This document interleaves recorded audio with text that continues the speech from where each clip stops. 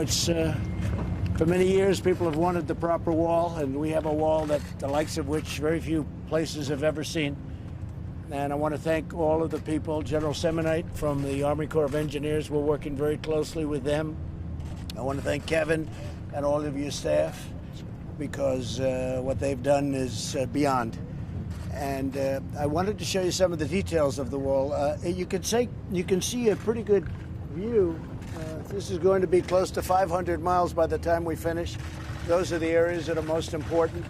After we're completed that should be done pretty close to next year. It'll be over 400 miles, and we think we can get it close to 500 miles by the end of next year, depending on certain terrain conditions. But we're doing all of the most important areas. We have a lot of natural barriers like mountains and streams and rivers, and some pretty vicious and violent rivers, actually. But it's an amazing project. And I think what I'd like you to do is if you could explain the interior of these pipes. The wall is 30 feet high.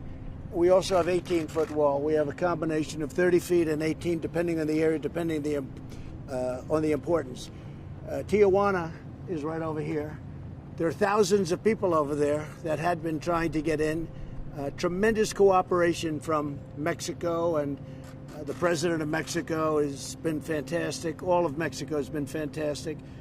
As you know, right now they have 27,000 soldiers. So in addition to the wall, we have the soldiers. Now the wall still obviously has a ways to go, but we're building it at a breakneck speed. I wanted them to show you the interior of parts of the wall and what's inside of each individual slat. And you'll see it's a combination of steel, concrete, and as one of the folks just said, it really is virtually impenetrable. Any walls that were put up would get knocked down very quickly, very easily. This wall is not something that can be really knocked down. I guess anything can, but this is very tough. And it goes down 6 feet. It's 3 and 4 feet wide. The concrete, you see it right here, it's exposed. And I might ask General Semonite to say a few words about it. And I'd like to bring them right up, look at the inner tube to see what happens, because after the wall is up, we pour concrete, and concrete goes into the tube. And in addition to that, we have rebar. So if you think you're going to cut it with a blowtorch, that doesn't work because you hit concrete. And then if you think you're going to go through the concrete, that doesn't work because we have very powerful rebar inside. So it's a very powerful wall, the likes of which probably to this extent has not been built before. This is an area, because it's so highly trafficked, this was one of the most dangerous areas. We have a double wall. We have a wall on both sides. One is 18 feet.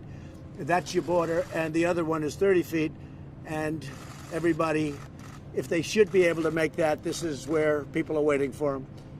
It's a very powerful situation. So, General, maybe you could take over for a couple of minutes, and then I'll take it back. So, Mr. President, I want to build on your comments. This is a system. It is both the two walls, but it also is road networks down through the middle and the back, so that Customs and Border can go ahead and continue to be able to move around it.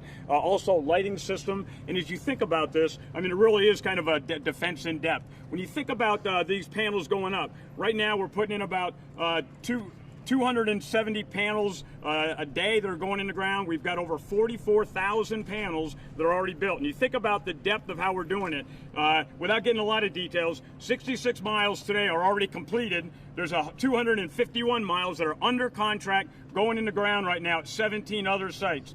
There's 163 miles that are actually on contracts that are going to be let in the next 90 days. And the remainder of the miles the President talked about is mainly private land that takes a little bit longer to get. One of the things I want to just remind you about, that when you have a football field, kind of a flat area like this, it's a little bit easier to build a wall. But if you just turn around and look at the mountain behind you, one of the projects that's going to go up in the next year continues this barrier right up over the rest of that mountain. So it goes back to be able to, we've got to have this linear capability to be able to continue to provide that level of defense.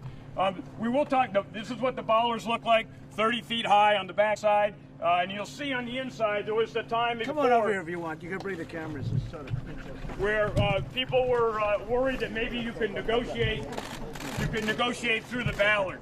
So what the ballard is now, again, is that there are two pieces of rebar, 12 feet long, that are inside the ballard, And then when we put it up, we put concrete in. I won't tell you the depth of the concrete, but it's a pretty substantial obstacle to be able to go through. And I would defer to you, Commissioner, for anything else you want to add. Yeah, thanks, General. So a very important part of this, and that's why the President was talking about the General. Right here, what the wall gets is it gets the men and women of CBP, specifically the Border Patrol, operational capacity to get to the area where people are trying to illegally cross. Before the old landing style, they could cut through that in seconds. Sometimes they could come a vehicle and just knock it over, and literally within seconds, they were into the United States illegally. This makes it almost impenetrable. Right now, they've had 4 attempts to cut through this. All 4 times it's failed. Border Patrol's been able to respond and interdict those individuals. This right here, this design, it's a game changer. And the reason we pour the concrete afterwards is because it's too heavy to lift when the concrete's poured in. So we put it up and we pour the concrete. A lot of people don't see that, but we pour the concrete afterwards. So you have the rebar, you have the steel, and then you have concrete, and it's hardened concrete, very powerful concrete. What is that, 4,000 pounds or 5,000 pound concrete? I think it's 5,000, sir. That's a very strong, that's a very powerful concrete. And a lot of technological advances have been made with concrete. It sounds pretty simple, but it's not. It's a very powerful concrete. So you have the rebar, you have the outer crust, and you have the inside is concrete, and it's pretty amazing. And again, the concrete's poured after it's up. They pour it through funnels and cover much of the territory of the bollard. Mr. President, also, this is a great view to look at the anti-climb. I defer to the Commissioner to explain what that panel does. Hey, you know what? I'd actually turn this over right now to our Chief Patrol Agent right now, Agent Harrison. He's really going to be able to give you, from an agent's perspective, exactly the magnitude of what this wall, the operational capacity, gives the Border Patrol agents. Thank you, Commissioner and Mr. President. So you know, sir, this is the wall that the agents asked for. And they wanted me to tell you personally that they appreciate this, and not only this here, but the extension that's bringing the secondary out, further out. They really appreciate it. It makes them safer, it makes the community safer, and it allows us to make that apprehension here in the border zone, as opposed to getting in vehicles and getting in pursuits on the highway. We want to make that apprehension here. Well, you know, just in terms of the quality, I came with the Border Patrol. We worked with them very closely. I said, fellas, how about doing a less expensive version? They said, well, this is the version that works, including the poured concrete in the steel with the rebar and everything else. That's the Rolls-Royce version. Then I said, well, fellas, how about doing one wall instead of 2? In a lot of areas we have 2 where you have tremendous amounts of people on the other side trying to break through. We know exactly where those areas are, Tijuana being over here, as I said. And they said, well, sir, 2 works much better in these areas, a lot more expensive. So we have at the one side on the border 18, and then we have over here 30 feet. And I think one of the things you were asking, Mark, and wanted somebody to explain is the protection on top, how that stops. It's a anti-climb device. If you look at the steel on top, it's also structural, but actually it was there more importantly for anti-climb. Do you want to explain that? So it's the panels up there. So it's one thing to figure out how to navigate the vertical post, but the transition at the top makes the climb orders of magnitude more difficult. It requires different equipment, different tools, different skills, and so it's the change as we get to the top that adds to the protection of that fence, sir. And again, anything that we can do to give the Border Patrol agent even a few more seconds, a few more minutes to respond, that's a game changer. And sir, if you don't mind, I think this is important to talk about. The Chief Patrol Agent just mentioned is that there's a false narrative out there that this wall is the president's vanity wall. I'm here to tell you right now that's false. This president, this administration, what they did is exactly what the president just explained. He reached out to the experts, to the Border Patrol agents that are on the front lines every single day, risking their lives, protecting this country, enforcing the laws that Congress enacted. He reached out to those agents, to those line agents, and asked, what do you need to do your job more effectively to secure and safeguard this country? And those Border Patrol agents said, we need this.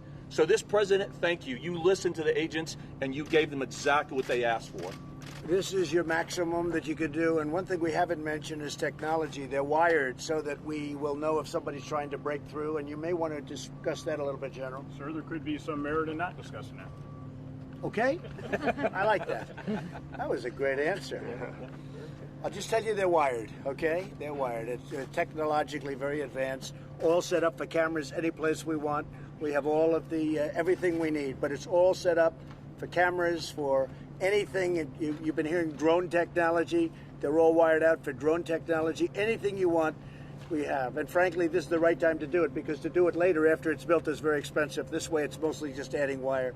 So we're all set up to adapt. And that's the story. We have certain areas like this where you have double walls. If you look behind, you can see how that goes up the hill. And that goes many miles in that direction. And we're starting now many miles in this direction. We also have, it all fits together like a puzzle. How many sites would you say over the next period of time will have been started construction? So probably about 35 sites at any one given point, all working. And some of the contractors, actually, if they build in 5 miles, they might be having one on one end, one on the other, and one in the middle. So they get the maximum amount of people building at the same time. So we have different bids and different contractors. This is one contractor, an excellent contractor, by the way. They're doing a really good job. But we have many contractors bidding on many different parts in different states. In Arizona, New Mexico, where I just left, we have great contractors bidding, and we're starting walls in New Mexico. The Arizona walls are moving along really well. They're really moving along rapidly, and they need them desperately. And part of the beauty, sometimes you'll see the tunneling where they go under the wall.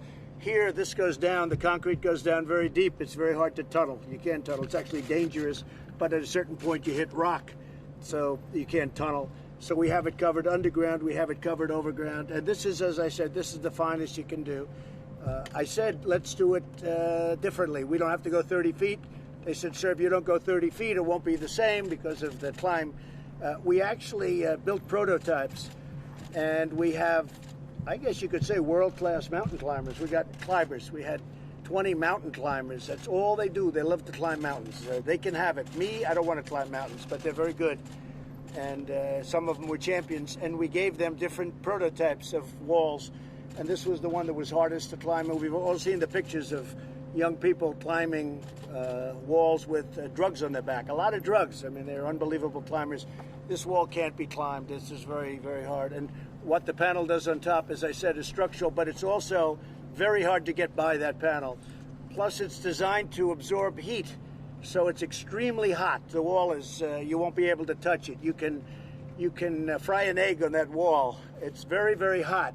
So if they're going to climb it, they're going to have to bring hoses and water, and we don't know where they're going to hook it up because there's not a lot of water out here. So it's a very, very hard thing to climb. We were thinking about an all-concrete wall. This is a much more expensive version, but they want to be able to have a vision in through, looking through Mexico, looking in both directions. They have to be able to, because otherwise you have a block. You can't see what's going on the other side. They could build, literally, they could have a group of some pretty tough people out there, and we don't want to do that. You may want to explain that. Why would you need this vision? It was so important because, frankly, an all-concrete wall would have been a much less expensive wall to build. But from the standpoint of Border Patrol, they were very much opposed to it. Go ahead. So, sir, as you mentioned, our agents patrol along these walls, and as they get closer to that, being able to see the threat through the wall prior to a rock coming over the fence or something else coming over the fence at them, it's an officer safety thing, sir, and we appreciate it. Good. Yeah, it worked out, and I understood. Sort of interesting. I always envisioned maybe it's a solid concrete wall. That would have been easy to do. But every time I had a meeting with Border Patrol, with ICE, with the general, with everybody involved, with Kevin, with Mark, they said, sir, we have to be able to see through. If you don't see through, this thing is not going to work. It's not going to be a good situation. They even talk about things where somebody would be walking on one side of the wall, and they would throw up bags of drugs that weigh 100 pounds. They would catapult it up and over the wall. And it was, I mean, we've had instances where people got hit on the other side because you don't see who's over there. So having the wall, though, it's more expensive, but it's the right thing to do. And people that have seen it, other countries are now coming, as you know, and they're studying the wall because other people are thinking about something. The only thing is I'm not sure that they can afford a wall like this. This is really, I will tell you at a certain point if I get their approval. We've had 3 of them already. They're coming and they're studying the wall. But I'll let you know if I can get their approval, I'll give that. Who is that, Jeff? I'll give you that information if I can. I want to ask their approval first, okay? So that's pretty much it. Again, the president of Mexico has been great. The soldiers who are right outside, we have a lot of soldiers right now. They've been great. 27,000, I think, is the number as of today. And this will be something very special. I want to thank Mark, and I want to thank Kevin, and I want to thank you. Really fantastic job they've done. The whole group. Border Patrol has been incredible, and the knowledge that you've imparted. Who would think this is what we had to do? But that's it. When you look down here, you'll see on a more flat area. This is fairly flat. You'll see what the wall looks like, and it's pretty impressive. If the cameras can look down here. And these are the real people. These are the workers that put up the wall, by the way. All of these guys, they don't do as much of that, but these guys do a great job, but we appreciate it, fellas. These are the ones that are here. Each one of these is considered a panel. When they said, how many panels are you going to put in? Over 44,000 are in right now. 44,000 are already in. Each one of these, if you look, they're together. So each one of these, I think they have, so they would have, yeah, like eight bollards. Right. And each one of, so I guess it's mostly an 8-bollard. We also have some very sophisticated openings when you have to get the Border Patrol through or various people through to the other side. We have some really beautiful openings that work, I hear, really well. I hear we finally figured that one out, right? Yes, sir. That was not an easy thing to figure out because of the weight. The weight it's tremendously heavy. But if you look down here, you'll see what the wall looks like. And the beautiful thing is that people are seeing that. We're not going to do, in another week, I understand, no more catch and release. We're not allowing people into the country at all anymore. Nobody's coming in unless they're coming in legally. They're coming in through a process. We have it covered between 27,000 Mexican soldiers, and really now the wall is starting to kick in very big. San Diego they were just thanking me for the wall we built in San Diego. It's like they said it's a difference of day and night. They actually said it's 100%. The only thing is we have to now expand it out. The only way they get through is to walk many, many miles in the opposite direction, one way or the other, and go around it. But going over it is impossible, is virtually impossible. But they were very, very happy with what we've done. So the days, and I tell you this very strongly, no more people can come in. We wanted Congress to help us. It would have made life very easy, and we still want them to get rid of loopholes, but we've done it a different way. We've done it with the help of Mexico. We've done it with the help of Border Patrol, and we've done it with the help of Kevin and all of you great people, and Mark. We've done it a different way. We still want them to do it because it would be a little bit easier, but Congress wouldn't do it. When I say Congress, the Democrats just wouldn't do it. So now we have a world-class security system at the border, including the highest technology. I would think that there's no place like this anywhere. There's no place has anything like this or even close to it. Now, other places have guards, and unfortunately they have machine guns, and they have electrified fences. You touch them and you get electrocuted. We don't do that. We don't do that. But this is something that is equally difficult to get across.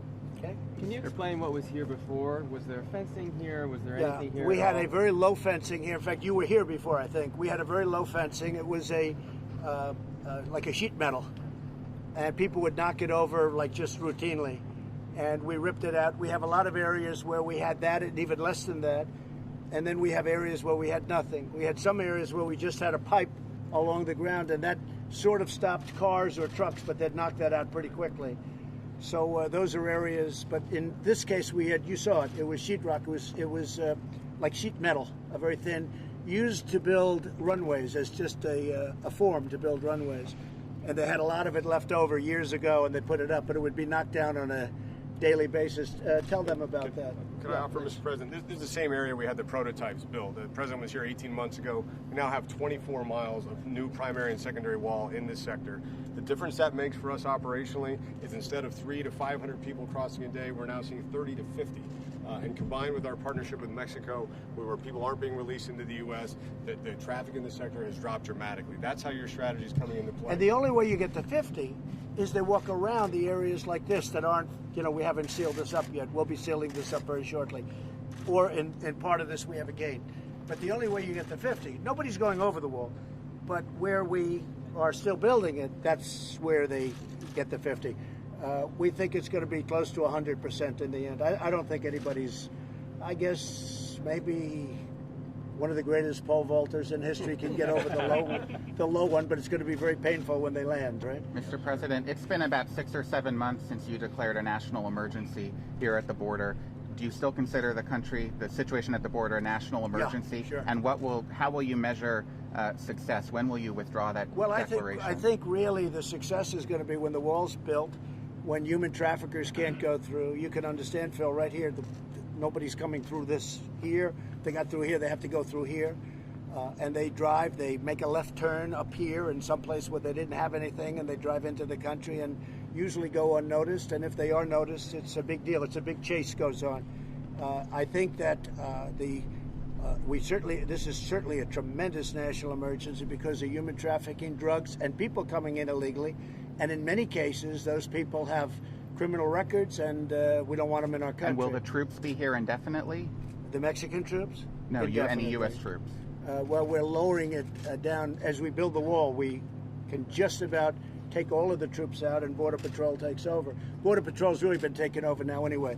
People are hearing about the wall, and they're not coming up nearly as much either. You know, when you're in Guatemala, and by the way, I want to thank also Honduras, Guatemala, El Salvador. The leaders of those countries have really been working with us very strongly, and in all fairness, they weren't at the beginning, but they are now. And in a couple of cases, in all cases, ultimately, we'll be doing the Safe Third agreements. We already have them. In certain instances, we already have them, and we're talking about that.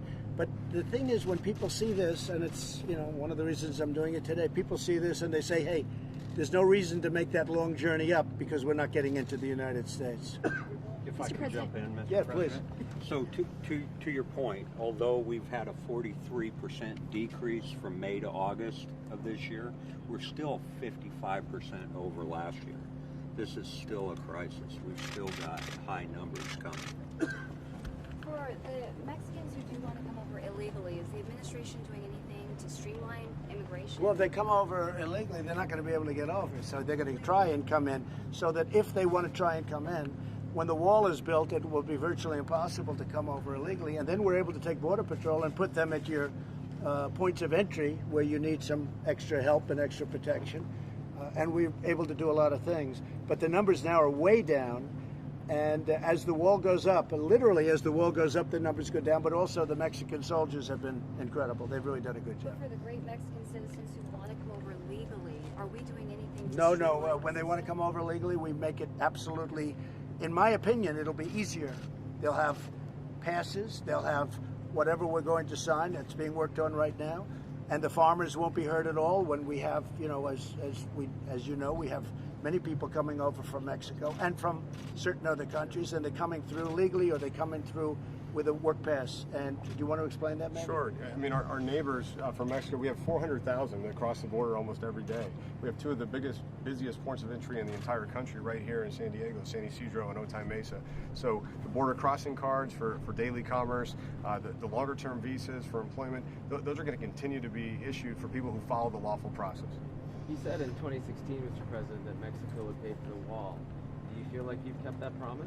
Well, they're paying for 27,000 soldiers, as you know, and I am so, we are all thrilled. You know, Mexico has never done anything to impede people from pouring into our country, and now they're doing just the opposite. They've really been incredible. I also think it's good for Mexico because they're breaking up the cartels. The cartels were really a problem. If I took 5% tariff for 6 months, that pays for the entire wall. But at this moment, I don't want to do that. But if I charged a 5% tariff on Mexico with all of the cars and everything else that comes through in commerce for 6 months, that would fully pay for the wall. At this moment, I don't want to do that because I'm really happy with what Mexico's doing. Now, Mexico's doing this because they don't want to be tariffed. So you can figure that out any way you want. But if I wanted to, for a 6-month period, charge only 5%, that would pay for the wall. Is and you'd have money left over. I mean, you say you don't want to do that right now, but is it still on the table?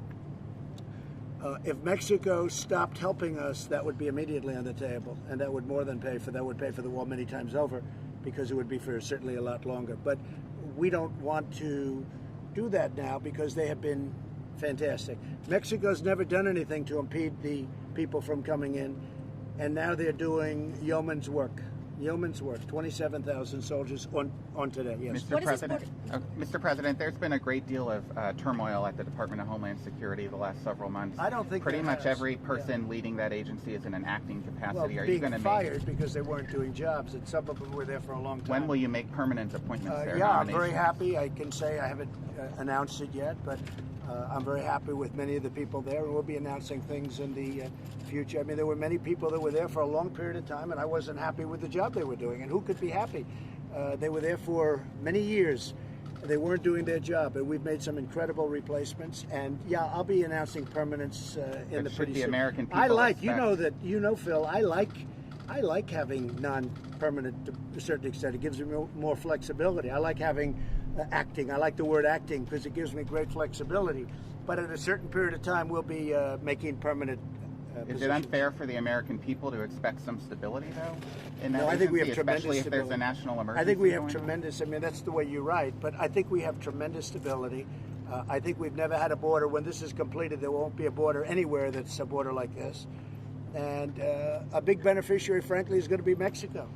And one of the things that is happening, and I've heard it from the top echelons of Mexico, is they're breaking up the cartels. The cartels have been a disaster, and that's a good thing for Mexico because they have their own problems. No, we have acting people, and the reason they're acting is because I'm seeing how I like them, and I'm liking a lot of them very, very much. We also have people that I've let go that have been here for many, many years and have done a bad job, and I let them go. And if you call that turmoil, I don't call it turmoil. I really don't say that's turmoil. I say that's being smart. And that's what we do.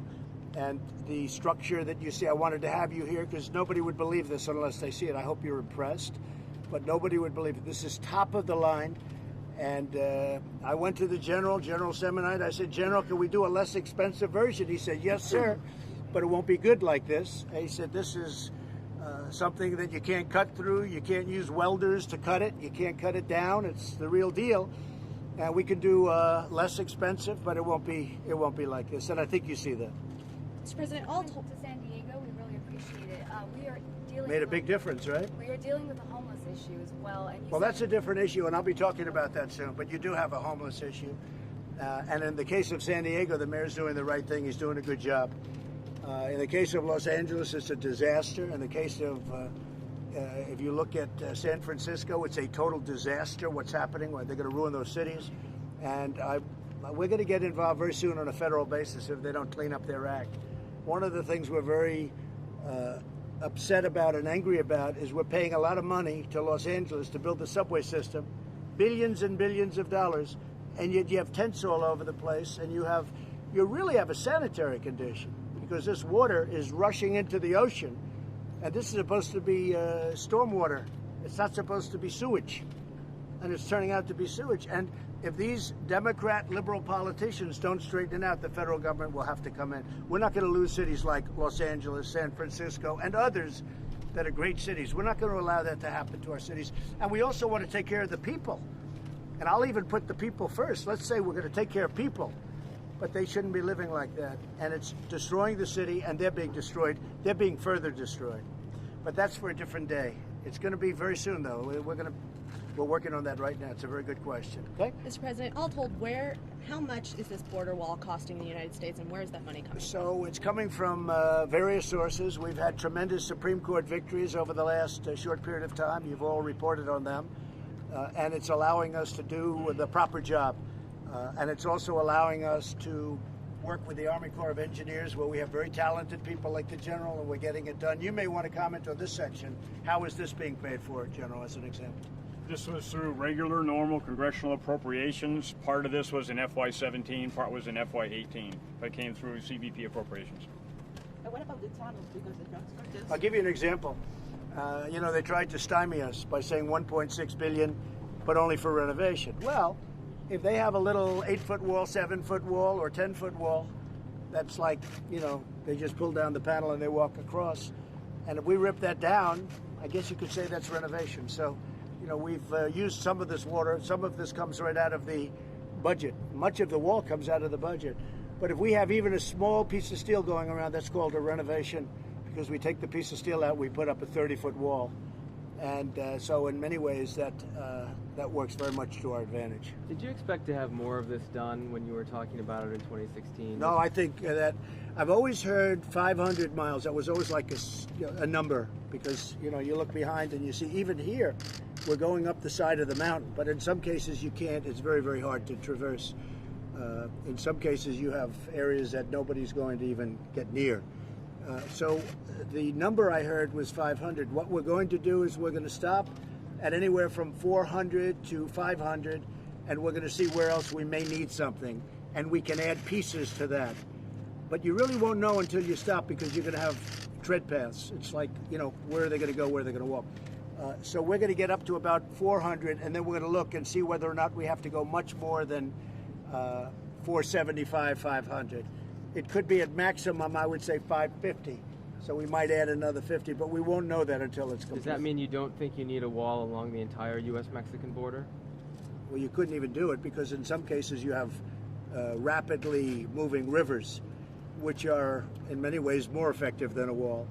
In some cases you have mountains, and they're very dangerous mountains, which in many cases are more effective. So you wouldn't need that. You have a little bit less than 2,000 miles, and you have 500 miles where it's really space where people can come through, and you may have a little bit extra, but about 3/4 of it is covered by natural terrain, where the terrain doesn't allow people to get through. Mr. President, you said earlier that you wanted the wall to be painted black and have the spikes at the top. Why did you go against that? The general feels that we're better off letting it be a natural rust, letting it be the way it is. We'll make a determination as to painting it later. This will be a good, strong rust color, and we'll see. We'll make it. It's not a big deal. The black attracts more heat even than this color, but this is your natural steel, and I think we're going to see how it works out. We can paint it at a later date if we decide to do it. I think the real issue, though, is that it goes back to economics. And so when you are able to use that money to be able to get more miles, therefore you're able to resist the threat better. It's not a huge amount of money, but it's enough to build quite a few more miles, and I think we want to do that. And we can paint it at any time. We can paint it later on. Can we just ask you again quickly about Iran, Mr. President? Yeah. About should we expect to see military strikes coming soon? And John Bolton apparently was critical of you today, both your policies on Iran and on the Taliban. Well, I was critical of John Bolton for getting us involved with a lot of other people in the Middle East. We've spent $7.5 trillion in the Middle East, and you ought to ask a lot of people about that. We are doing it the right way. We're doing it the smart way. It's very easy to go in. We could go in one instant, just one phone call. We could go in, and we'll see. And that might happen. That might happen. But we will see what we will see. John was not able to work with anybody, and a lot of people disagreed with his ideas. And a lot of people were very critical that I brought him on in the first place because of the fact that he was so in favor of going into the Middle East, and he got stuck in quicksand. We became policemen for the Middle East, and it's ridiculous. So, and I've always felt that. I always felt it. From day one I felt it. Even though I wasn't in government, I felt it. But I think that you will see what happens, and we'll see what happens. He also said on your North Korea policy that negotiations with the North Koreans were doomed to failure. Well, it's today. easy to say that. He may be right and he may be wrong. I mean, let's see what happens. Only time will tell. In the meantime, for 3 years, there's been no nuclear testing. We've gotten our hostages back. We've gotten our great soldiers back who were killed, with many of them, and many more are coming back. We have many more coming back. And the families of those, we call them our heroes. And they were our heroes, and they're coming back. And the relationship is good. So I think that's better than somebody that goes around and saying we want to use the Libyan model. He said the Libyan model. That set us back very badly when he said that. So I think John really should take a look at how badly they've done in the past, and maybe a new method would be very good. Now, with all of that being said, maybe a very powerful attack. We've never had a military as strong as our military right now because of what we've done. And when I first came into this position, our military was in very, very depleted, sad shape. And you mean a powerful attack against whom, sir? I'm not saying anything. I'm saying there may be a very powerful one, and maybe it won't be necessary. We'll see. With regard but to I will Iran. tell you, guys like Bolton and others wanted to go into Iraq, and that didn't work out too well. All right, that didn't work out too well. That was a horrible idea, It was, and I put him in anyway. And frankly, everybody knows if you move wrong, he wants to, he doesn't realize that you get stuck. You get stuck. And they got stuck, and I'm unsticking it, okay? I'm unsticking it. And we're doing a great job. North Korea, we'll see what happens. And frankly, in the Middle East, we'll see what happens. Very fluid. A lot of things can happen. Rough things and not such rough things. How about the Feds? And by the way, very, very easy to go in. One phone call, we go in. That's a very easy thing. And it doesn't have to be today. It can be tomorrow. And it can be in 2 weeks from now. You understand. Mr. President, the Feds cut the rate today. Your reaction on Twitter was not... Well, I think it's fine. I think that, frankly, they should have acted faster. They raised far too quickly, and they lowered too soon. And you look at Germany, where they're actually getting paid money to loan money. They get paid to loan money. Japan gets paid to loan money. And we're a much better credit than anybody in the world. We're a much better credit. And because of our Fed, we're actually paying interest. So I'm not a fan. We have no inflation. We have an unbelievable economy. We have no inflation. That's a very big thing, Peter. So he just did this a little while ago. Some people thought he might do 50 instead of 25. He did 25. I figured he'd probably do 25. I think that they made some mistakes. And the mistake was he raised too fast and he lowered too slow. But despite that, we have a great economy. We're the greatest economy in the world. We're doing really well. Our businesses are doing very well. And regardless, but I thought it would give us an advantage. When other countries are doing it and we're not doing it, it becomes a little bit tougher competitive-wise, but we're so much better than everybody else, it really doesn't matter. I want to just thank everybody.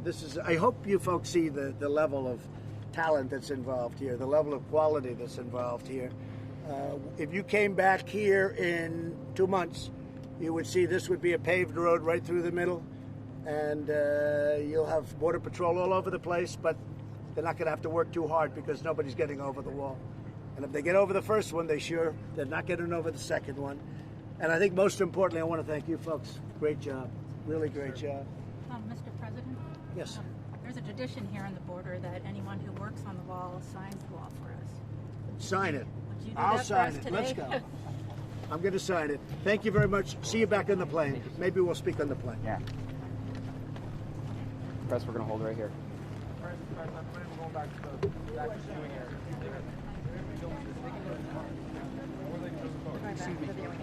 It's fine.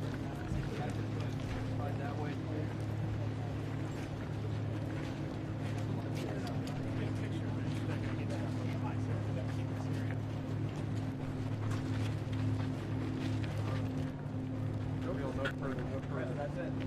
Guys, watch out. Hey, guys. Sir, how about the secretary and the commissioner? We have them signed too. They got to buy in. Come on. Let's all get our signatures up.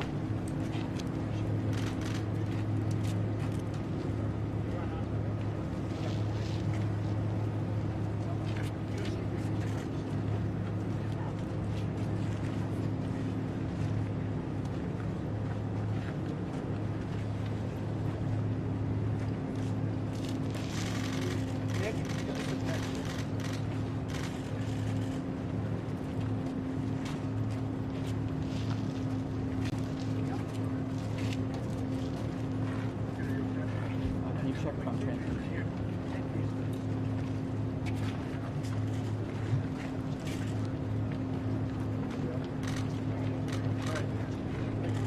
Daryl.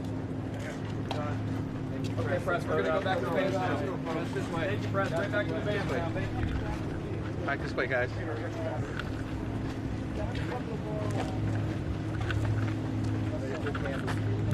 Thank you. Right back to the van. Right back to the van. vans, you guys. Right back to the van. Just doing this interview. You guys gotta go, I guess. Yeah, we're good. I've given our numbers. Guys, we gotta go all the way to the vans. Let's go.